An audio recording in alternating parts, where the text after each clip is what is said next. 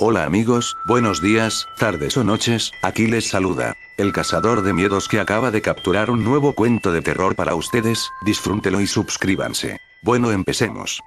El libro sin nombre, capítulo 1. Sánchez se propuso ignorar a su nuevo cliente, pretendiendo no haberlo visto. Por supuesto, una vez que el hombre habló, tuvo que ceder en su empeño. Camarero, ponme un bourbon. El hombre no levantó la vista. Había pedido la bebida sin siquiera dirigirse a Sánchez, y como no se había quitado la capucha, no era posible decir si era tan desagradable como parecía. Tenía una voz muy ronca. En esos lugares, la maldad se juzgaba por el nivel de ronquera. Con eso en mente, Sánchez tomó un vaso de whisky razonablemente limpio y se acercó al hombre. Depositó el vaso en la pegajosa superficie de la barra, justo frente al desconocido, y se permitió echar un vistazo a la cara encapuchada. Pero la sombra de la capucha era demasiado profunda para distinguir nada, y no iba a correr el riesgo de que lo sorprendiera mirando. Con hielo, murmuró el hombre. En realidad, era más bien un susurro áspero. Con una mano, Sánchez buscó algo bajo la barra y sacó una botella medio llena etiquetada como bourbon. Luego tomó 2 cubitos con la otra. Dejando caer el hielo en el vaso, empezó a servir la bebida. Llenó la mitad y puso la botella en la barra. Son $3. ¿$3? Sí. Llena el vaso. Desde que el hombre entrara en el bar se hizo el silencio, excepto el ventilador del techo, que parecía más ruidoso. Sánchez, evitando todo contacto visual, tomó la botella de nuevo y llenó el vaso hasta arriba. El desconocido le tendió un billete de $5. Quédate con el cambio. El camarero dio media vuelta y marcó la venta en la caja registradora. Pero los pequeños sonidos de la transacción se vieron interrumpidos por palabras. A sus espaldas, escuchó la voz de Ringo, uno de sus clientes más desagradables. Era una voz bastante ronca, en comparación con otras. ¿Qué te trae a nuestro bar, desconocido? ¿Qué buscas? Ringo compartía mesa con otros 2 hombres, a pocos metros del desconocido. Era un rufián ceboso y sin afeitar, igual que la mayoría de los delincuentes del bar. Igual que los demás, llevaba una pistola colgando en su costado y ansiaba cualquier excusa para desenfundarla. Todavía en la caja registradora detrás de la barra, Sánchez respiró hondo y se preparó para lo inevitable. Ringo era un criminal famoso, culpable de casi cualquier crimen imaginable. Violación, incendios provocados, robo, asesinato de policías, lo que se quiera. Ringo los había cometido todos. No pasaba un día sin que hiciera algo que pudiera mandarlo a la cárcel. Hoy no era distinto.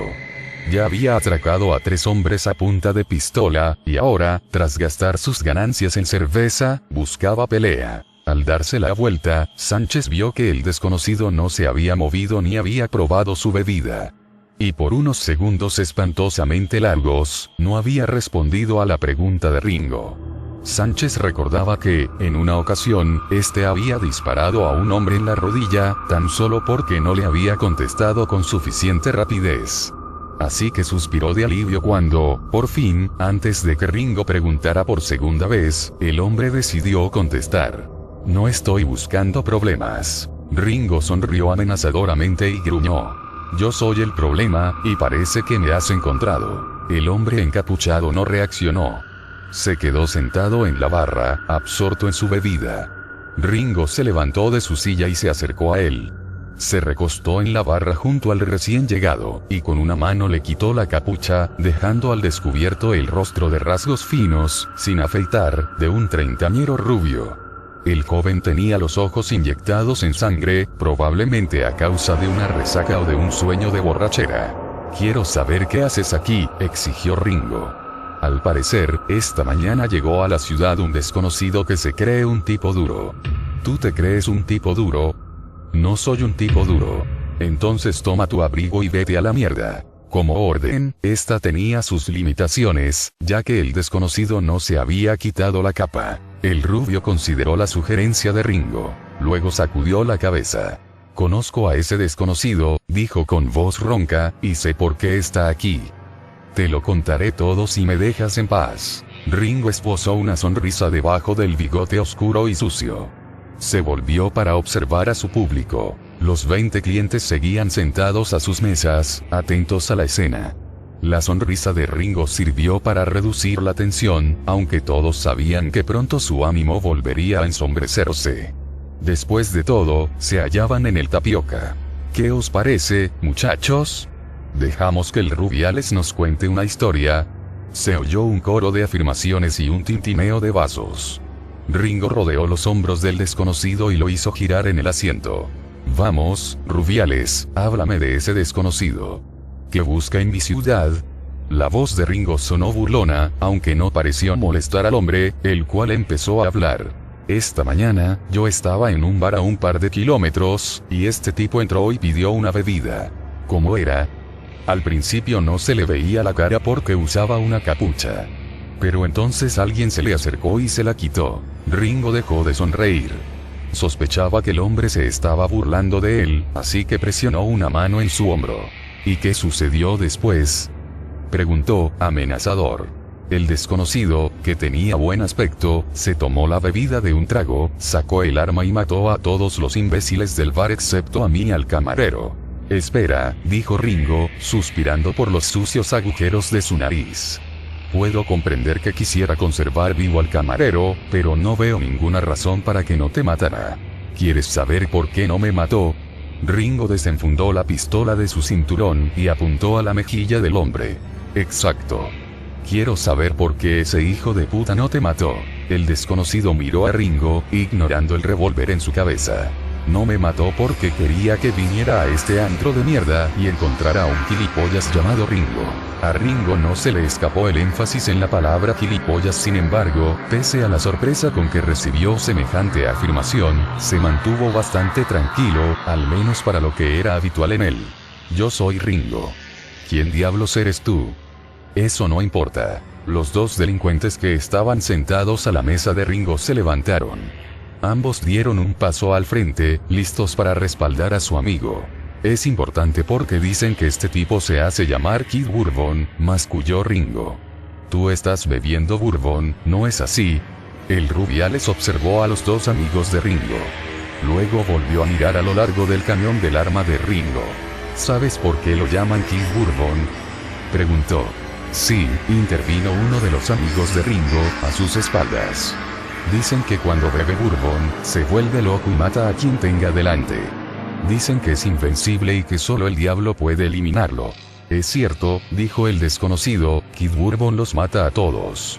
En cuanto se toma un trago, se pone a disparar. Al parecer, el bourbon le da una fuerza especial. Y yo debería saberlo. Lo he visto con mis propios ojos. Ringo presionó la boca de la pistola contra la sien del hombre. Bebe tu bourbon. El desconocido se volvió en su asiento para mirar hacia la barra y tomó su bebida. Siguiendo sus movimientos, Ringo continuó presionando el arma contra su cabeza. Detrás de la barra, Sánchez retrocedió varios pasos, esperando mantenerse fuera del alcance de la sangre o los sesos que pudieran volar en su dirección. O tal vez la bala perdida. Observó cómo el desconocido levantaba el vaso. Con los nervios, cualquier hombre habría derramado media bebida, pero no aquel tipo. El desconocido era tan frío como el hielo en su vaso. Se le tenía que reconocer eso. Pero ahora todos los clientes del Tapioca estaban en pie y se esforzaban por ver la escena, pistola en mano. Todos ellos presenciaron cómo el desconocido levantaba el vaso hacia su rostro, inspeccionando el contenido. Un hilo de sudor resbalaba por la parte externa del vaso. Era un sudor real. Tal vez perteneciera a la mano de Sánchez, o a la del último usuario del vaso. El hombre parecía observarlo, esperando a que se deslizara lo suficiente para no tener que probarlo. Al final, cuando la gota de sudor estaba lo bastante baja para que no pudiera entrar en contacto con su boca, suspiró y vertió la bebida en su garganta. En el lapso de 3 segundos, el vaso estaba vacío. Todo el bar contuvo la respiración. No pasó nada. Todos aguantaron la respiración un poco más. Y siguió sin pasar nada. Así que todos siguieron respirando, incluso el ventilador de hélice. Todavía nada. Ringo retiró su arma de la cara del desconocido y formuló la inevitable pregunta. Entonces, ¿eres el tal Kid Bourbon? Beber semejante orina solo demuestra algo, espetó el hombre, secándose la boca con el dorso de la mano. ¿El qué? que puedo beber orina sin vomitar. Ringo miró a Sánchez. El camarero se había alejado de la trayectoria y apoyaba la espalda contra la pared de la barra. Estaba temblando. ¿Le has servido de la botella de orina?, preguntó Ringo. Sánchez asintió, inquieto. No me gusta su pinta, dijo. Ringo enfundó su arma y se alejó. Entonces echó la cabeza hacia atrás y estalló de risa, dando palmadas en el hombro al desconocido. ¿Te has bebido una copa de orina?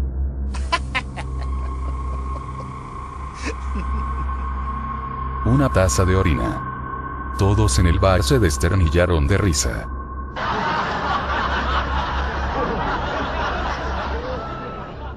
Todos, menos el desconocido rubio. Este fijó la mirada en Sánchez. Dame un maldito bourbon. Su voz era muy ronca. El camarero tomó una botella distinta de detrás de la barra y sirvió un vaso al desconocido. Esta vez lo llenó sin esperar a que nadie le dijera nada. Son $3. Evidentemente, al hombre no le sorprendió que Sánchez le pidiera otros $3, y rápidamente mostró su cabreo. En un instante, su mano derecha alcanzó el interior de la capa negra y reapareció con una pistola. El arma era de color gris muy oscuro y parecía bastante pesada en su mano, sugiriendo que estaba cargada. Tal vez en el pasado fuera de un brillante color plateado, pero, como cualquiera en el tapioca sabía muy bien, un arma brillante demostraba poco uso. El color de la pistola de aquel hombre sugería lo contrario. El rápido movimiento del desconocido terminó apuntando directamente a la frente de Sánchez. A esta acción le siguió una serie de chasquidos ruidosos, más de 20 distintos. Todos en el bar pasaron a la acción. Sacaron sus propios revólveres, los amartillaron y apuntaron al desconocido. Tranquilo, Rubiales, dijo Ringo, de nuevo presionando su pistola en la sien del hombre. Sánchez sonrió de manera nerviosa, como disculpándose del desconocido, que todavía apuntaba la pistola en su cabeza. Este bourbon es cortesía de la casa, susurró. ¿Crees que estoy buscando mi maldito dinero?, recibió por respuesta. A continuación, el desconocido depositó su pistola junto a su nuevo vaso de bourbon y suspiró en silencio. Parecía muy cabreado al fin y al cabo, tal vez necesitara una bebida. Era el momento de quitarse el sabor a orina de la boca. Tomó el vaso y lo llevó a sus labios. Todo el mundo estaba esperando a que bebiera el contenido. Pero el hombre, como si quisiera atormentarlos, no lo ingirió de inmediato. Hizo una pausa, como si fuera a añadir algo. Todos contuvieron la respiración. ¿Iba a hablar? ¿O iba a beber el bourbon? La respuesta llegó pronto. Como si no hubiera bebido durante una semana, consumió de un trago el contenido y soltó el vaso de un golpe en la barra. Definitivamente, eso era un bourbon. El libro sin nombre. Capítulo 2. El padre Taos se sentía al borde de las lágrimas. Había vivido muchos momentos tristes, días tristes, incluso semanas tristes, y tal vez un mes triste en alguna etapa del camino. Pero aquel era el peor. Era lo más triste que jamás había visto. En ese instante, se hallaba en el altar del templo de Hereré, mirando hacia las filas de bancos de la iglesia. Hoy todo era distinto, los bancos no estaban como siempre. Deberían ocuparlos los rostros melancólicos de los hermanos de Ubal en la rara ocasión en que estaban vacíos, le gustaba observar su pulcritud, o el relajante color lila de los asientos. Hoy los bancos no estaban ordenados, ni siquiera eran ya de color lila. Y lo más importante, los hermanos de Ubal no parecían melancólicos. Aquel hedor no era del todo desconocido. El padre Taos lo había olido 5 años antes. Le devolvió recuerdos nauseabundos. Era el olor de la muerte y la traición, envuelto en una neblina de pólvora. Los bancos ya no estaban cubiertos de cojines lila, estaban cubiertos de sangre. El conjunto era caótico. Y lo peor de todo, los hermanos de Ubal que solían ocuparlos no parecían melancólicos. Estaban todos muertos. Mirando hacia arriba, 15 metros sobre su cabeza, Taos vio sangre goteando del techo. La bóveda de mármol con arco perfecto había sido pintada siglos antes con las hermosas escenas de los ángeles danzando con niños felices y sonrientes. Ahora, los ángeles y los niños estaban manchados con la sangre de los monjes. Hasta sus expresiones habían cambiado. Ya no parecían felices. Sus caras manchadas de sangre expresaban preocupación y tristeza, al igual que el padre Taos. Había unos 30 cuerpos tirados sobre los bancos. Tal vez otros 30 se escondían entre las filas de asientos, o debajo. Solo un monje había sobrevivido, y ese era Taos. Un hombre armado con una escopeta de 2 cañones le había disparado en el estómago. La herida todavía sangraba, pero se curaría. Sus heridas siempre se curaban, aunque las escopetas suelen dejar marca. En su vida había recibido otros 2 balazos, ambos 5 años antes, la misma semana, con unos días de diferencia. En la isla de Uval, habían sobrevivido suficientes monjes para ayudarlo a limpiar el desorden. Sería difícil para ellos, eso lo sabía, sobre todo para quienes habían presenciado, 5 años antes, la última vez que la pólvora llenó el templo con su hedor nauseabundo e impío. Así que Taos dio gracias a Dios cuando 2 de sus monjes favoritos, los jóvenes Kyle y Peto, entraron en el templo por el enorme agujero en que se habían convertido las puertas de roble que formaban la entrada. Kyle tenía unos 30 años. Peto no pasaba de la veintena. A primera vista, parecían gemelos, no solo por su rostro, sino también por sus gestos. Eso se debía en parte a que ambos iban vestidos del mismo modo, y en parte porque Kyle había sido el mentor de Peto durante casi 10 años. Así que el monje más joven inconscientemente imitaba la naturaleza tensa y demasiado cauta de su amigo. Ambos tenían la piel tersa y aceitunada, y llevaban la cabeza rapada. Usaban mantos naranjas idénticos, como todos los monjes muertos en el templo. En su camino hacia el altar, tuvieron que pisar los cadáveres de varios hermanos. A pesar de que a Taos le doliera verlos en esa situación, le consoló el simple hecho de que estuvieran allí. Su ritmo cardíaco se aceleró, por fin volvía a latir a un ritmo constante. Peto había sido lo bastante considerado para llevarle una pequeña taza con agua. Tuvo cuidado en no derramar nada de camino al altar, pero sus manos temblaban visiblemente mientras contemplaba el caos del templo. Casi se sintió tan aliviado de entregar la taza, como Taos de recibirla. El viejo monje la tomó en ambas manos, y empleó toda la fuerza que le quedaba para levantarla hacia sus labios. La frescura del agua en su garganta pareció devolverle la vida. Gracias, Peto. Y no te preocupes. Antes de que termine el día, volveré a ser el mismo de siempre, dijo, inclinándose para dejar la taza vacía en el suelo de piedra. Por supuesto, padre. La voz trémula no parecía convencida, pero al menos albergaba cierta esperanza. Taos sonrió por primera vez ese día. Peto era tan inocente y se preocupaba tanto por los demás, que era difícil no sentirse reconfortado en su presencia, en medio del caos sangriento del templo. Lo habían llevado a la isla a los 10 años, después de que una banda de narcotraficantes asesinara a sus padres. Vivir con los monjes le había dado paz interior y lo había ayudado a reconciliarse consigo mismo. A Taos le enorgullecía haber convertido a Peto, junto a los demás hermanos, en el ser humano maravilloso, atento y desinteresado que ahora tenía delante. Pero iba a mandarlo al mundo que le había robado su familia. Kyle, Peto, sabéis por qué estáis aquí, ¿verdad? Preguntó el monje. Sí, padre, dijo Kyle, contestando por los dos. ¿Estáis a la altura de la misión? Por supuesto, padre. Si no lo estuviéramos, no nos hubiera llamado. Eso es cierto, Kyle.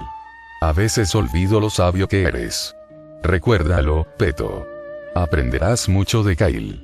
Sí, padre, respondió Peto, con humildad. Ahora escuchad con atención. Tenemos poco tiempo. Desde ahora, cada segundo cuenta. La existencia del mundo libre recae en vuestros hombros. No le fallaremos, padre, insistió Kyle. Sé que no me fallaréis a mí, Kyle, pero si fracasáis será la humanidad la que saldrá perdiendo.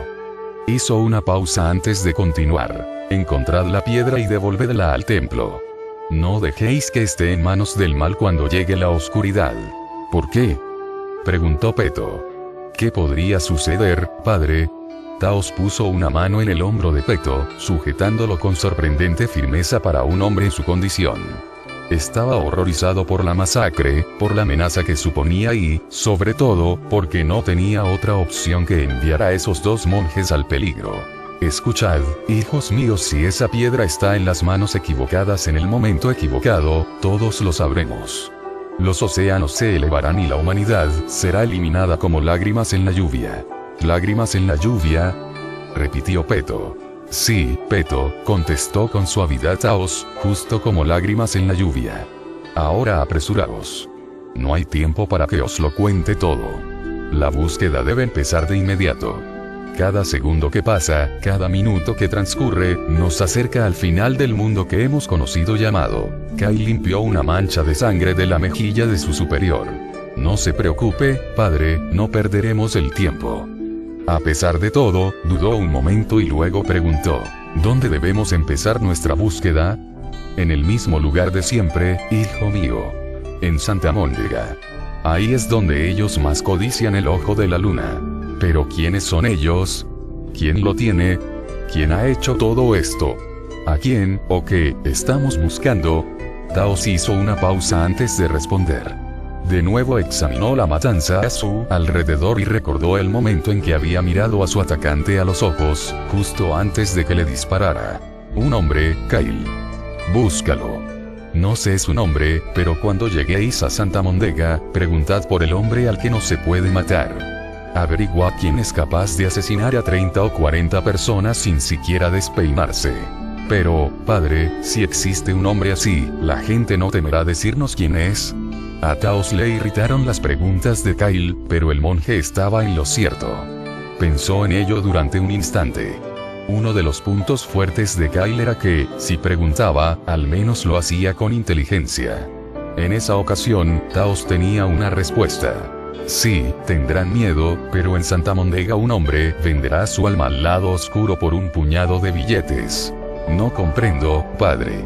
Por dinero, Kyle, por dinero.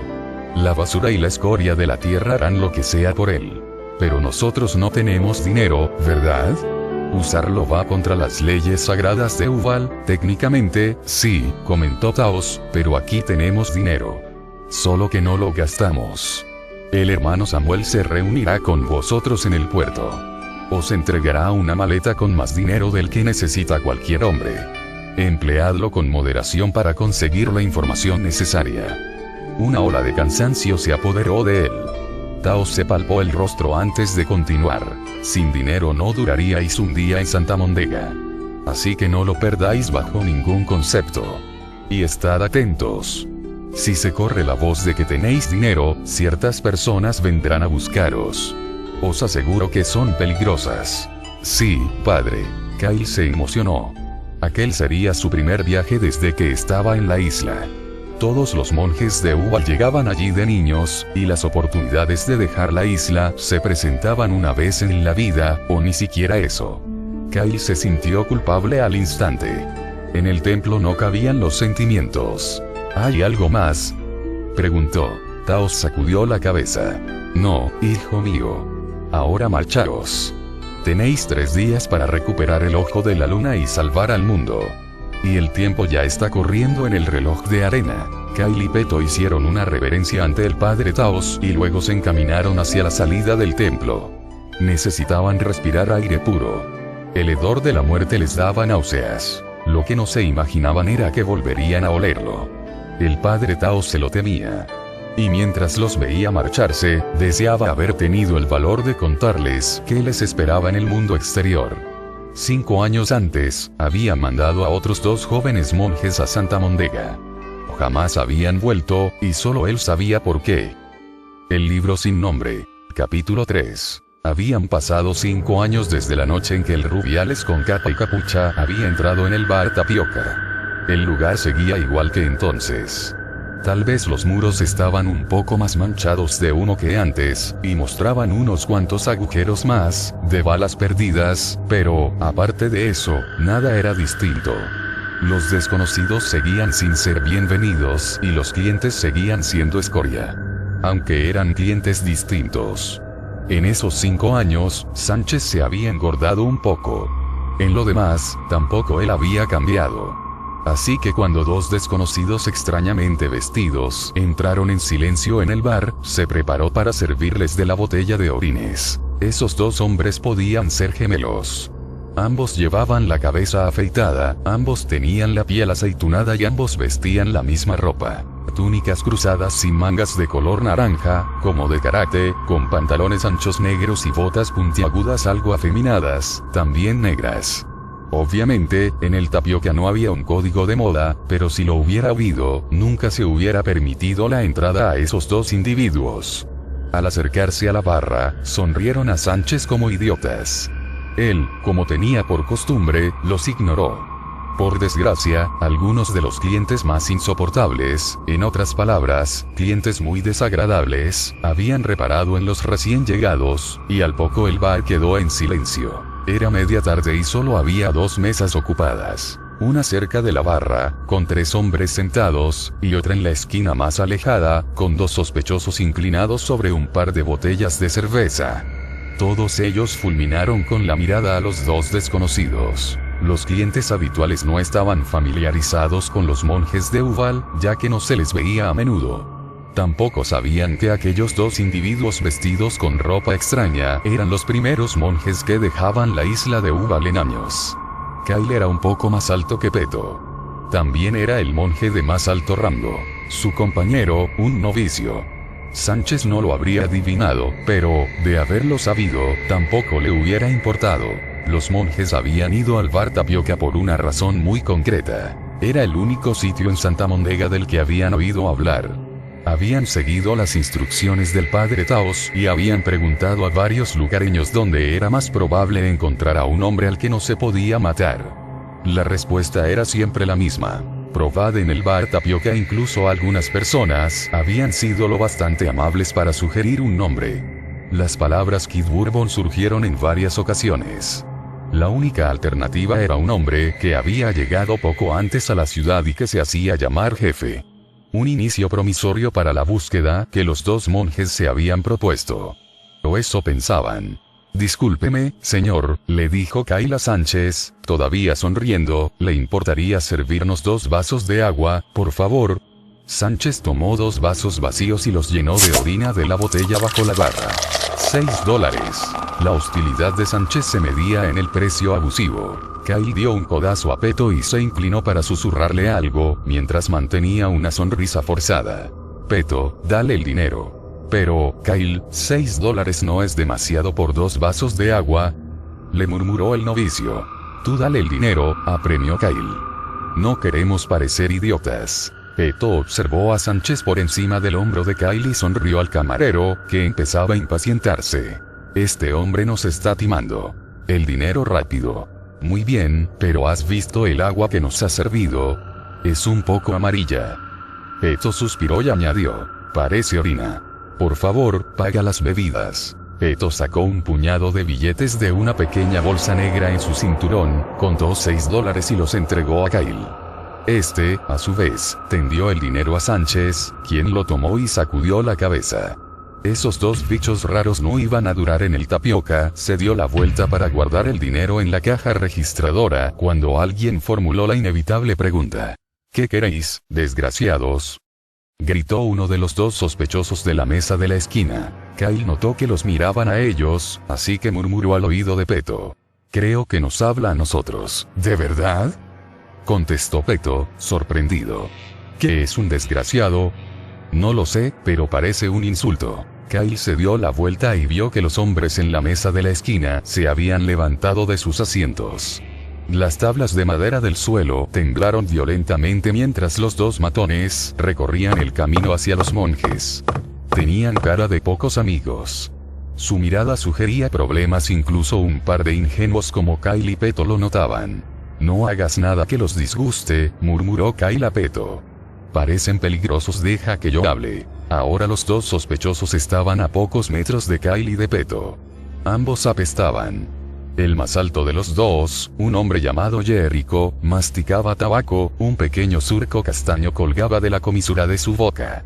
No iba afeitado y tenía el bigote sucio, como si hubiera estado varios días en el bar sin pasar por casa. Su compañero, Rusty, bastante más bajo, olía igual de mal. Al sonreír, exhibía unos dientes negros y podridos, y era uno de los pocos hombres en la ciudad lo bastante bajo para mirar a Peto desde su misma altura. Al igual que Peto era el aprendiz en su relación con Kyle, Rusty era el estudiante de Jericho, un criminal bien asentado en los círculos locales. Como si quisiera dejar claro quién era el maestro, Jericho hizo el primer movimiento. Clavó un dedo en el pecho de Kyle. Te he hecho una pregunta. ¿Qué os trae por aquí? Ambos monjes notaron cierta aspereza en su voz. Soy Kyle, y este es mi novicio, Peto. Somos monjes de la isla de Uval, en el Pacífico, y estamos buscando a alguien. Tal vez puedas ayudarnos a encontrarlo, depende de a quién estéis buscando. Pues verás, al parecer, el hombre que estamos buscando se llama Kid Bourbon. Un silencio sepulcral reinó en el tapioca. Incluso el ventilador de hélice se quedó mudo. Justo entonces, a Sánchez se le rompió un vaso. Hacía mucho tiempo que nadie mencionaba ese nombre en su bar. Le trajo horribles recuerdos. Jericho y su compañero también conocían aquel nombre, aunque no se hallaban en el bar la noche en que Kid Bourbon mostró su cara. Solo habían oído hablar de él. Jericho miró a Kyle para ver si hablaba en serio. Parecía que sí. Kid Bourbon está muerto. Gruñó. ¿Qué más queréis? Conociendo a Jericho y a Rusty, Sánchez calculó que a Kyle y a Peto les quedaban 20 segundos de vida. Sin embargo, ese cálculo pareció generoso cuando Peto tomó su vaso de la barra y le dio un largo trago. En cuanto el líquido tocó sus papilas gustativas, se dio cuenta de que estaba bebiendo algo impuro y escupió, instintivamente, encima de Rusty. Sánchez estuvo a punto de reírse, pero fue lo bastante inteligente para contenerse. Había orina en el cabello de Rusty, en su cara, en su bigote y en sus cejas. Peto se las había arreglado para rociarlo de arriba a abajo. A Rusty le saltaban los ojos de rabia. Aquello era lo bastante humillante para que deseara matar a Peto. En un rápido movimiento, desenfundó la pistola que llevaba en su cadera. Jericho lo apoyó de inmediato desenfundando su propia arma. Los monjes de Uval valoran la paz por encima de todo, pero practican las artes marciales desde la infancia.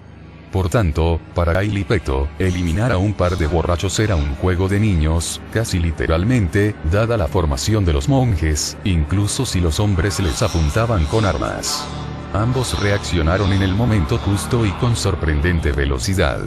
Sin un sonido, cada uno se agachó y lanzó la pierna derecha entre las piernas del hombre que tenía enfrente.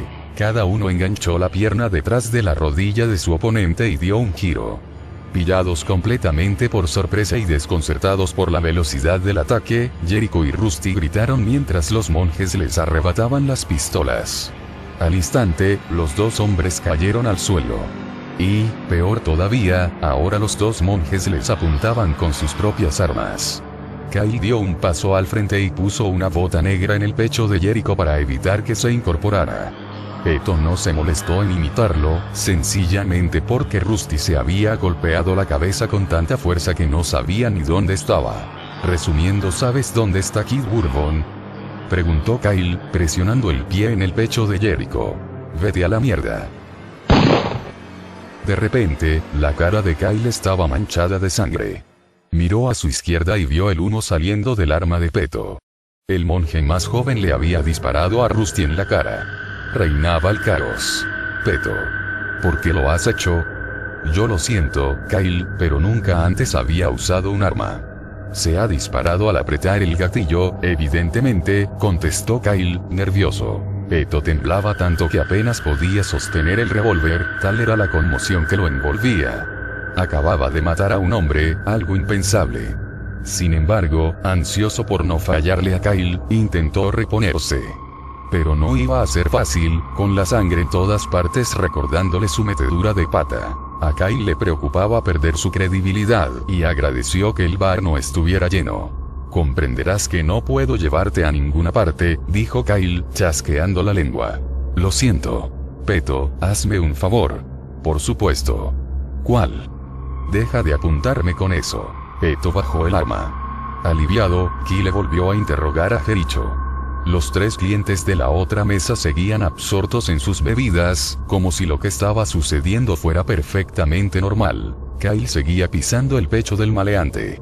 Escucha, amigo, solo queremos encontrar a Kid Bourbon. ¿Puedes ayudarnos? No, maldita sea. Jericho lanzó un grito y se sujetó la pierna derecha, que ahora lanzaba sangre en todas direcciones. Otra vez el humo en el arma de Peto. Lo siento, Kyle, balbuceó el novicio. Se ha vuelto a disparar. ¿En serio? No pensaba. Kyle sacudió la cabeza, desesperado. Ahora habían matado a un hombre y habían herido a otro. No era exactamente la forma más discreta de recuperar el ojo de la luna. Para ser justos, ambos estaban igual de nerviosos.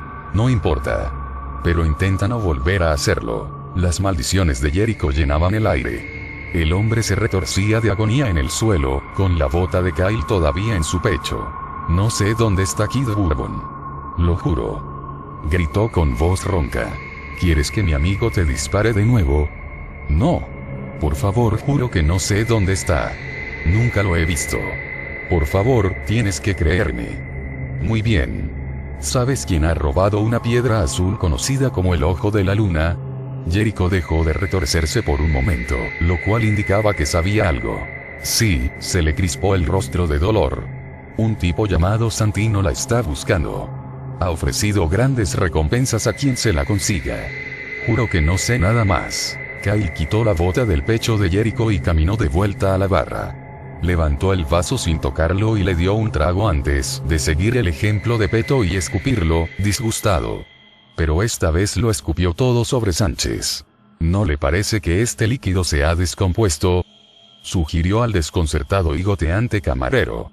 Vámonos, Peto. Espera, dijo Peto, pregúntales sobre el otro tipo jefe. ¿Sabéis dónde podemos encontrarlo? Kyle miró a Sánchez, que se estaba secando la orina de la cara con un trapo sucio y amarillento. Camarero, ¿alguna vez has oído hablar de un tal jefe? Sánchez sacudió la cabeza. Había oído hablar de jefe, pero no estaba en el negocio de ser informante, y menos con desconocidos. Además, aunque sabía quién era jefe, en realidad nunca lo había conocido. Se trataba de un famoso cazador de recompensas que viajaba por todo el mundo. Si bien corría el rumor de que ahora se hallaba en Santa Móndega, todavía no había puesto un pie en el Tapioca. Y eso era una bendición para Sánchez. No conozco a nadie.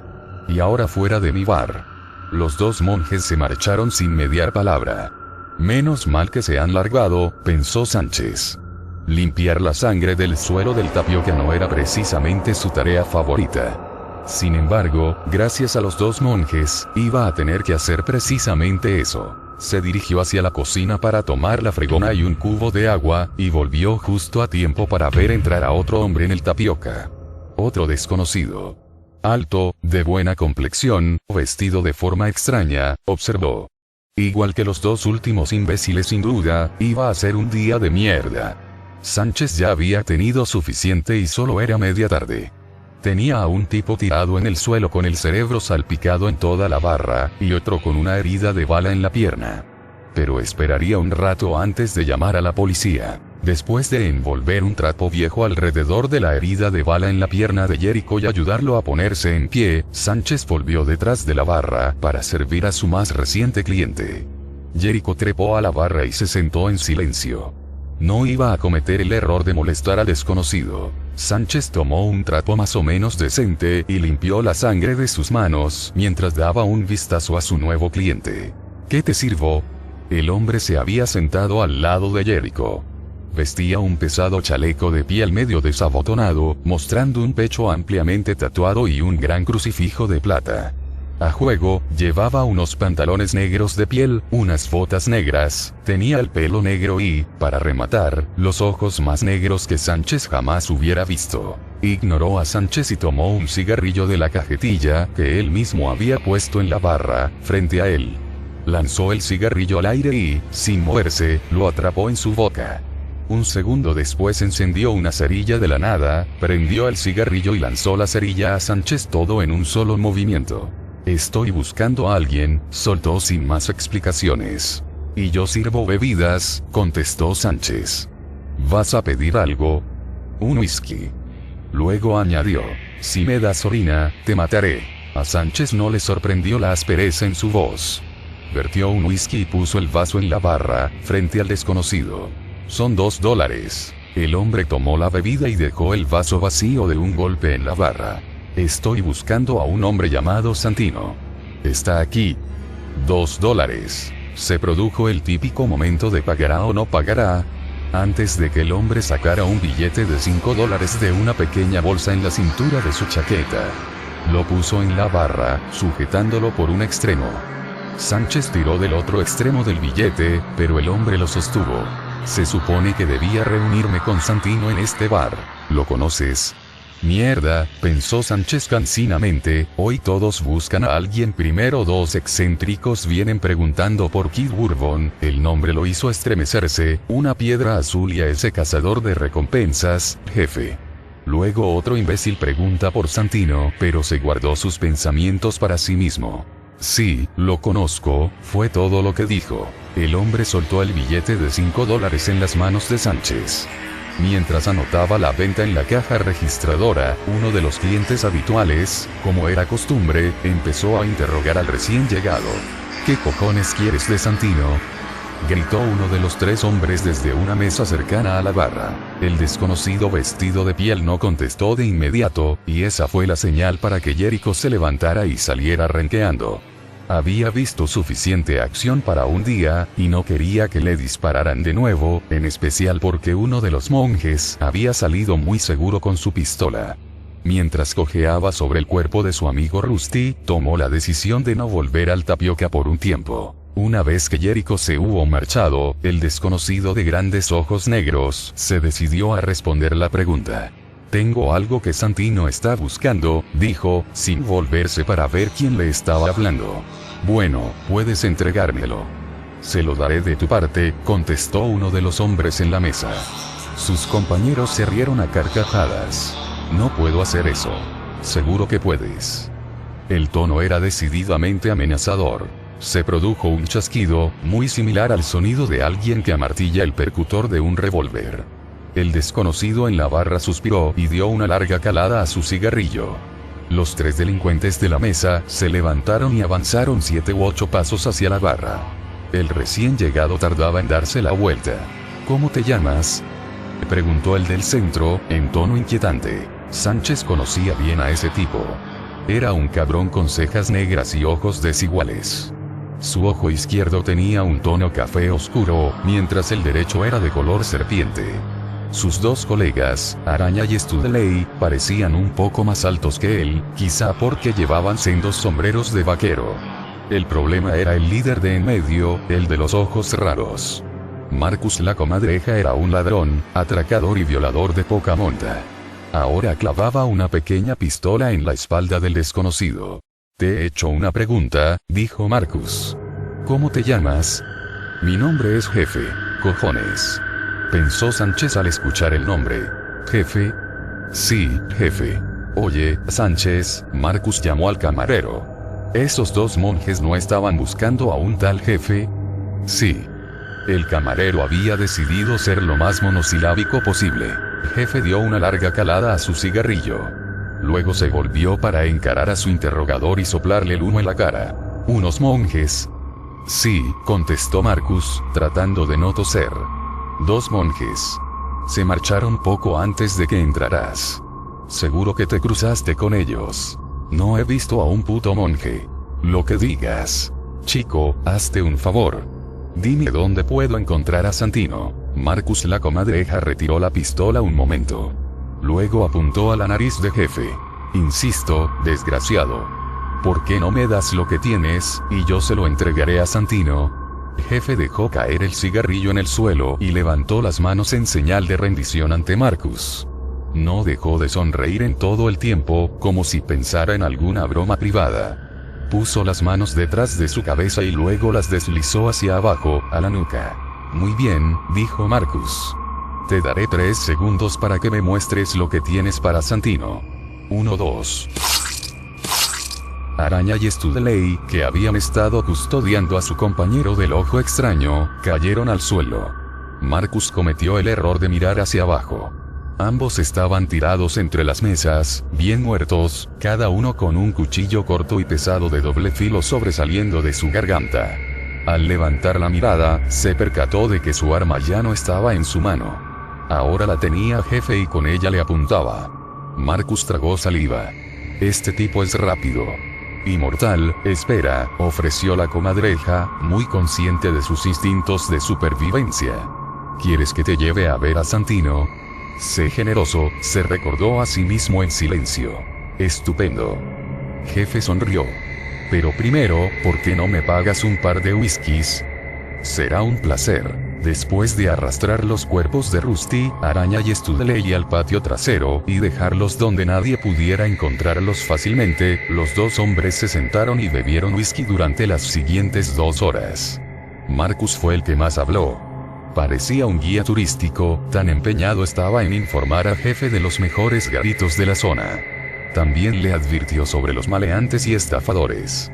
Jefe le siguió la corriente cuando lo único que quería era que alguien le pagara las bebidas. Por fortuna para Marcus, cuando estaban moviendo los cuerpos a la parte trasera del bar, tuvo la previsión de birlar la cartera de Studley y los $3 que a Araña le quedaban en el bolsillo de su camisa.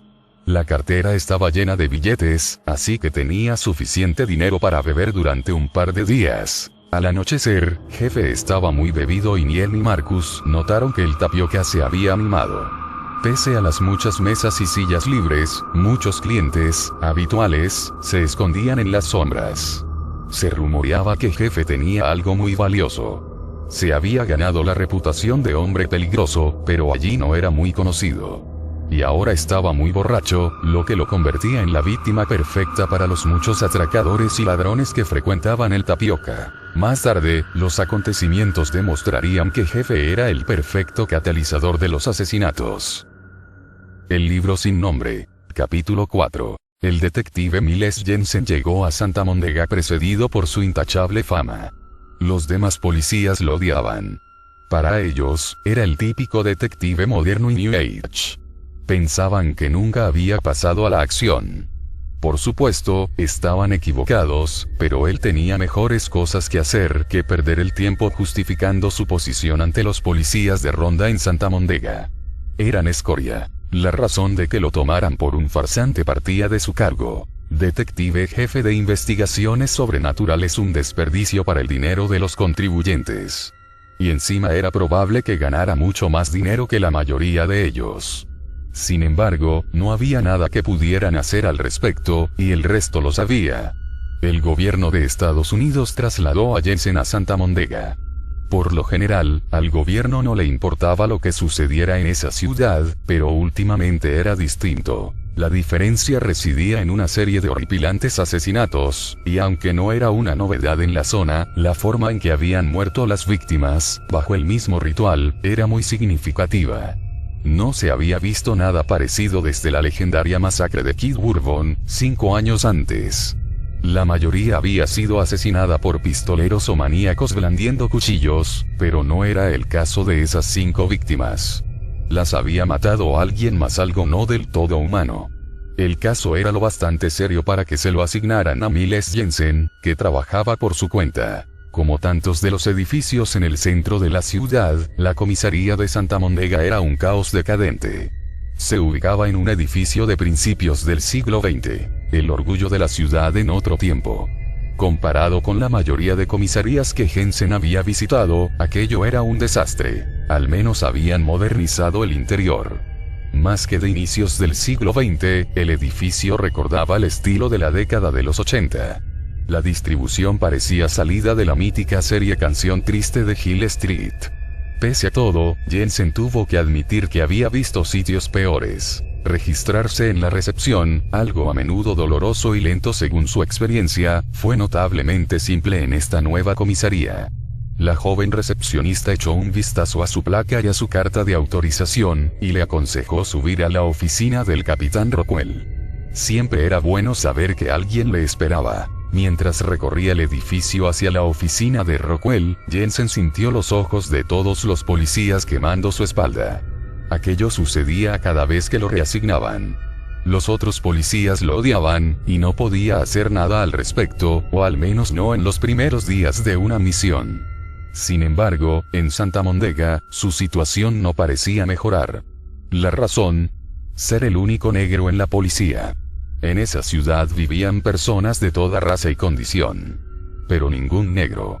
Tal vez los negros tenían más sentido común y no se instalaban en un lugar tan horrendo, o tal vez no eran bienvenidos. El tiempo lo dirá, pensó para sus adentros. La oficina del capitán Rockwell estaba en el tercer piso. Jensen podía sentir 100 pares de ojos siguiéndolo mientras recorría el camino hacia el despacho de paredes de vidrio del capitán, en la esquina más lejana, a unos 20 metros del ascensor. Toda la planta estaba llena de escritorios y cubículos. Casi todos los escritorios estaban ocupados por un detective. Aquello era típico de la policía actual. Ninguno estaba de ronda. Todos se afanaban en mecanografiar informes. El trabajo de la policía moderna, se dijo Jensen. Muy inspirador, había numerosas fotos de sospechosos, víctimas o desaparecidos en las mamparas, o pegadas a los monitores de los ordenadores. En comparación, la oficina del capitán Rockwell estaba impecable. Su despacho, en la esquina más alejada del tercer piso, le permitía una buena panorámica de la ciudad. Jensen llamó 2 veces a la puerta de cristal. Rockwell, al parecer el único negro en la policía de Santa Mondega, estaba sentado ante su escritorio masticando algo y leyendo un periódico.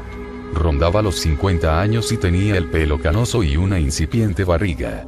Al escuchar que llamaban a la puerta, no se molestó en levantar la vista, sino que hizo una señal para que su visitante entrara. Jensen giró la manija y empujó. La puerta no abría con facilidad y necesitaba una buena sacudida, pero, por desgracia, esta hizo que la oficina temblara un poco. Al final, una ligera patada en la base de la puerta ayudó a abrirla. Detective Miles Jensen a sus órdenes. Siéntese, detective, gruñó Rockwell, que estaba enfrascado en el crucigrama del periódico.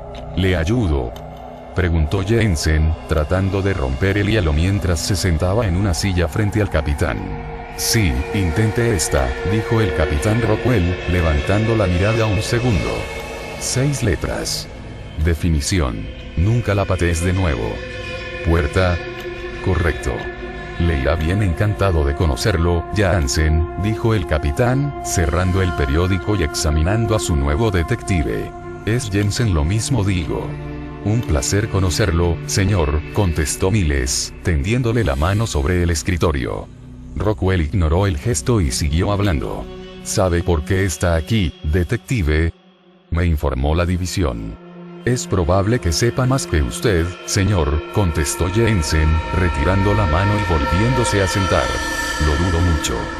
El capitán tomó la taza de café que coronaba la pila de trámites burocráticos de su izquierda y bebió un trago antes de escupirlo de vuelta a la taza. ¿Vamos a compartir información o me va a joder todo el tiempo como los de asuntos internos? No voy a joderle, señor. No es mi objetivo. Le daré un consejo, Jansen. Aquí no nos gustan los sabelotodo, ¿lo entiende? Me llamo Jensen, señor. Lo que sea. ¿Alguien le ha enseñado dónde está el café? No, señor. Acabo de llegar. Bueno, cuando se lo muestren, recuerde que quiero el mío solo, con 2 de azúcar. No bebo café, señor. Eso me trae sin cuidado. Haga que Somers le muestre dónde está el café. ¿Quién es Somers?, preguntó Jensen, consciente de que probablemente no recibiría respuesta a su pregunta. El capitán Jesse Rockwell era un tipo raro. Hablaba muy rápido y no parecía muy paciente. Estaba claro que no necesitaba más cafeína. De vez en cuando, mientras hablaba, su cara se crispaba, como si sufriera un ataque de apoplejía. El hombre debía de tener problemas de tensión, además de poca tolerancia hacia Miles Jensen. Le han asignado a Somers como su compañero, más bien al revés. Esa es la forma en que él preferirá considerarlo, informó el capitán. Jensen se molestó. Creo que hay un malentendido, señor. Se supone que trabajo solo. Mala suerte, tampoco nosotros pedimos que lo enviaran aquí. Pero parece que nos cargaron el muerto y estamos pagando su estancia. Así que ambos estamos en una posición incómoda. Siempre la misma canción. Los demás policías no solían tomarse en serio su trabajo, ni siquiera el capitán. Jensen apostaba a que ese tal Somers no sería diferente. Con el debido respeto, señor. Si solo llamara, con el debido respeto, Johnson, jódase. Es Jensen, señor. Lo que sea. Ahora escuche, porque se lo diré una sola vez. Somers, su nuevo compañero, es imbécil. Nadie más trabajaría con él. ¿Qué? Entonces, seguro. ¿Quiere escucharme? A esas alturas, Jensen ya sabía que era inútil discutir con Rockwell. Si tenía algún problema, lo resolvería solo. El capitán no iba a perder el tiempo dando explicaciones. Era obvio que se consideraba demasiado ocupado o importante para contar detalles. Por ahora, escucharía lo que tuviera que decirle. Lo siento, señor. Por favor, continúe. Gracias. Aunque no necesito su permiso. Esto es por su bien, no el mío, dijo Rockwell. Miró a Jensen de arriba abajo. El alcalde le ha asignado al detective Archibald Somers como compañero. Si estuviera en mi mano, Somers no pondría un pie en este edificio, pero el alcalde quiere ser reelegido, así que tira de su propia agenda. Sí, señor. A Jensen todo aquello le parecía poco relevante, pero decidió mostrar un poco de interés, asintiendo con la cabeza o diciendo sí, señor. A Somers lo jubilamos hace 3 años, continuó Rockwell. Hasta le montamos una fiesta, bien hecho, señor. Obviamente, no invitamos al desgraciado de Somers. Porque es imbécil. Preste atención, Johnson. Sí, señor. En fin, usted está aquí por Kid Bourbon, ¿correcto? No exactamente. No importa. Somers está obsesionado con ese maldito caso. Por eso lo obligamos a jubilarse. Trató de culparle de todos los asesinatos en Santa Mondega. Llevó el asunto tan lejos que la gente empezó a pensar que la policía era inepta y que solo usábamos a Kid Bourbon como chivo expiatorio. Lo que era obviamente incorrecto, intervino Jensen. Deseó no haber hecho aquel comentario, por miedo a parecer sarcástico. El capitán Rockwell lo miró de arriba abajo. Tras convencerse de que Jensen estaba siendo sincero, continuó. Correcto. Al inhalar, los agujeros de su nariz se dilataron a casi el doble de su tamaño normal. Somers quedó en evidencia al intentar culpar de todo a Kid Bourbon. En realidad, en la ciudad solo 2 personas lo han visto alguna vez. Y nadie desde la masacre de hace 5 años. La mayoría creemos que está muerto. Que es probable que muriera esa noche, y que fuera uno de los muchos cuerpos sin identificar que enterramos esa semana. Otros dicen que lo mataron un par de monjes cuando huía de la ciudad. Creo que eso le interesa, ¿cierto? Los monjes y toda esa basura, si se refiere a los monjes de Ubal y al Ojo de la Luna, entonces sí. Bueno, no creo nada de esa mierda, pero hay algo que usted tal vez no sepa, detective Johnson. Ayer, 2 monjes mataron a un tipo en el bar Tapioca. Lo asesinaron a sangre fría. Hirieron a otro. Se fueron con 2 pistolas robadas. Lo primero que usted y Somers deberán hacer es interrogar a Sánchez, el encargado del bar. Jensen miró sorprendido a Rockwell. De hecho, no lo sabía. Monjes de Ubal en la ciudad. Qué extraño, los monjes nunca abandonaban su isla. Excepto en esa ocasión, 5 años antes, cuando 2 de ellos llegaron a Santa Mondega justo antes de la noche de la masacre de Kid Bourbon. ¿Los han arrestado? Todavía no. Y no lo serán si ese estúpido de Somers se sale con la suya. Tratará de convencerle de que Kid Bourbon se vistió de monje y mató al tipo. Muy bien, discúlpeme, pero si Somers se jubiló, ¿por qué diablos está en este caso? Ya se lo dije. Porque el alcalde así lo desea. Todos saben que Somers está obsesionado con Kid Bourbon, y a la gente le encantará que dirija la investigación. Mire, ellos no saben que es imbécil. Solo saben que perdieron a familiares y seres queridos cuando Kid Bourbon vino a la ciudad por última vez. ¿Última vez? La forma en que lo dijo implicaba que Kid Bourbon había vuelto. El capitán Jesse Rockwell se acomodó en la silla y dio otro trago a su café, de nuevo escupiéndolo a la taza, disgustado. La verdad es esta. 2 monjes se presentaron en Santa Mondega hace menos de 24 días. Es la primera vez en 5 años que se ha visto a un monje en la ciudad. Y eso no es todo. Usted mismo está aquí porque el gobierno piensa que está sucediendo algo extraño, ¿correcto? Pues sí, 5 asesinatos brutales en los últimos 5 días. Eso aparte del tipo que se supone que mataron los monjes. Comprenderá que es mucho. De hecho, es muchísimo. Y estoy aquí porque, hasta donde sé, no fueron crímenes normales. ¿Estoy en lo cierto? Correcto. En esta ciudad ha habido de todo, detective. Pero estos 5 últimos asesinatos, bueno, no he visto nada igual desde la última vez que Kid Bourbon estuvo en la ciudad. Tal vez acabe en otra masacre, como la de hace 5 años. Como si la historia se repitiera, y por eso el alcalde quiere a Somers en el caso. Nadie conoce mejor a Kid Bourbon. Y usted es obvio que está aquí porque, por primera vez en no sé cuánto tiempo, el mundo ha decidido que le importa lo que sucede en Santa Mondega. Eso parece, señor. Sí, eso parece. Se levantó de su silla haciendo un gran esfuerzo. ¿Quiere conocer a Somers? El libro sin nombre. Capítulo 5. Jefe se despertó sobresaltado. El corazón le latía con fuerza y sus instintos le decían que algo no andaba bien. Algo pasaba, pero ¿qué era? ¿Qué había sucedido para angustiarlo tanto?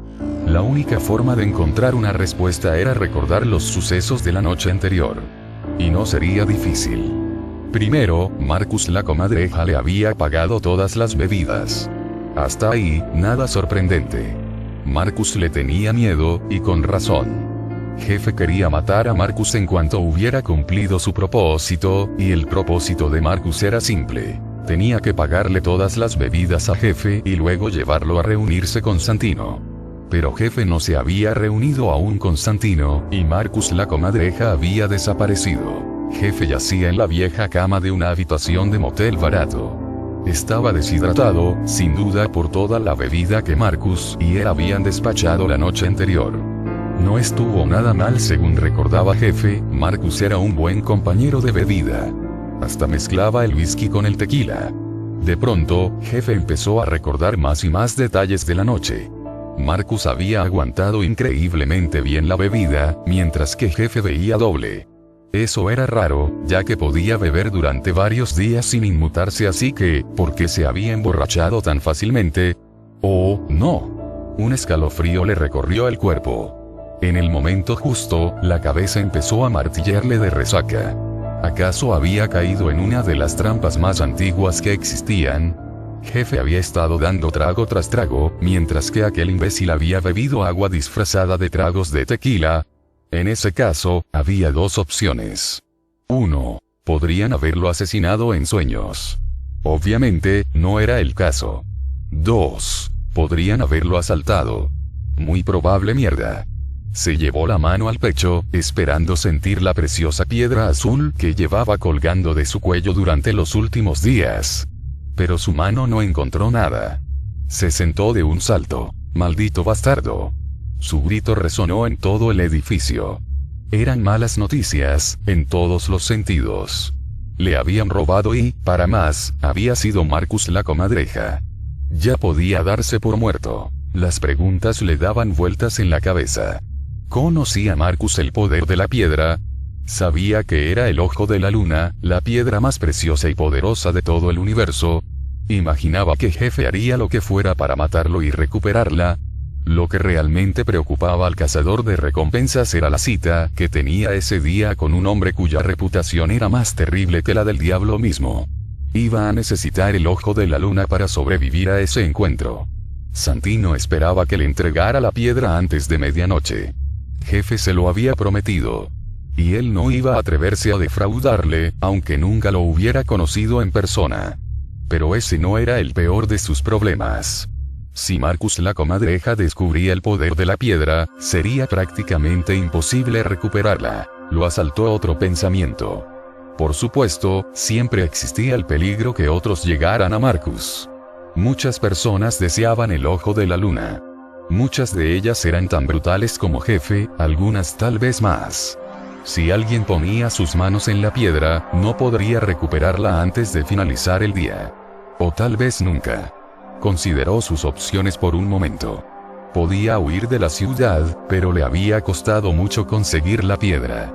Era en realidad un milagro que sobreviviera. Solo el hecho de encontrar y robar la piedra le había obligado a matar a más de 100 personas. Algunas de ellas habían estado cerca de eliminarlo, y sin embargo había sobrevivido. Había salido indemne y ahora metía la pata y bajaba la guardia. Se recordó que la piedra valía mucho dinero y que su vida dependía de ella. Maldita sea. Desayunaría y luego sería el final. La comadreja estaba condenada.